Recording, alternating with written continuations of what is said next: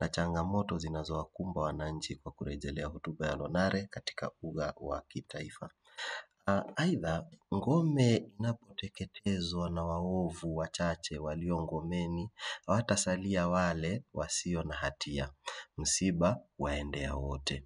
Eleza muktadha wa dondoo na jadili namna mrejeleo anavyoendeleza na kukuza vipengele vifuatavyo: ploti na wahusika.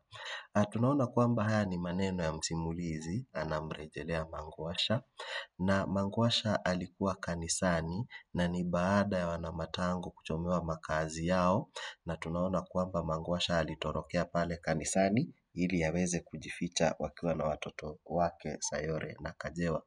Kwa hivyo, mrejelewa ni Mangwasha na anaendeleza vipengele vifuatavyo namna hii. Kwanza tuna ploti, tunaona kwamba Mangwasha anaenda kujisalimisha kanisani na wanawe. Pia tunaona kwamba Mangwasha anafunga ndoa na Mrima. Tunaona kwamba Mangwasha anamtafuta Mrima pale Pondamali. Alafu Mangwasha anafanya kazi kwa ofisi ya Chifu Mshabaha, na pia Mangwasha anahutubia Waketwa.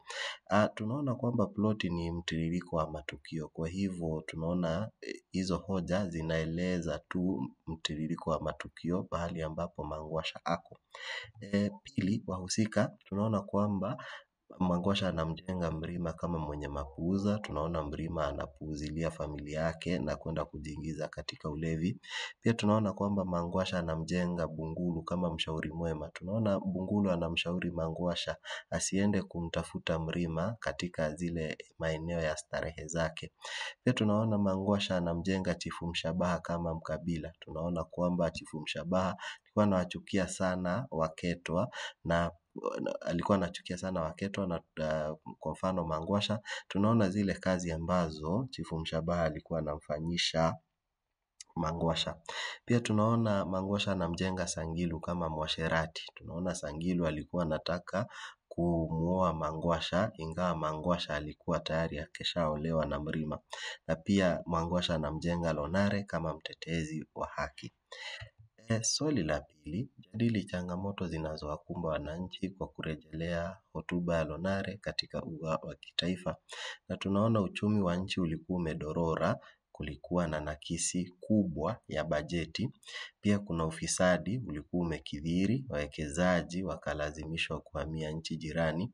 Pia kulikuwa kupanda kwa gharama ya maisha, bei za bidhaa ziliendelea kupanda kila uchao. Kulikuwa na mfumuko wa bei unazidi kuhasiri na kufukarisha wananchi. Tunaona kwamba zao ghafi la ndani kufisidiwa na urudufu mwingi wa majukumu serikalini. Pia kulikuwa na ukiritimba wa kiuchumi unaoendelezwa na wahalifu. Watu pia walikuwa wanaharamisha na kumiliki mashamba, majumba na mali ya umma kinyume cha sheria.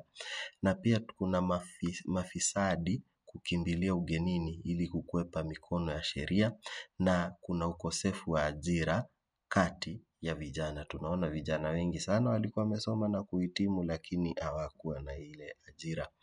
Na kwa hayo, shukran sana. Usisahau kulike na kusubscribe. Hadi wakati mwingine, shukran.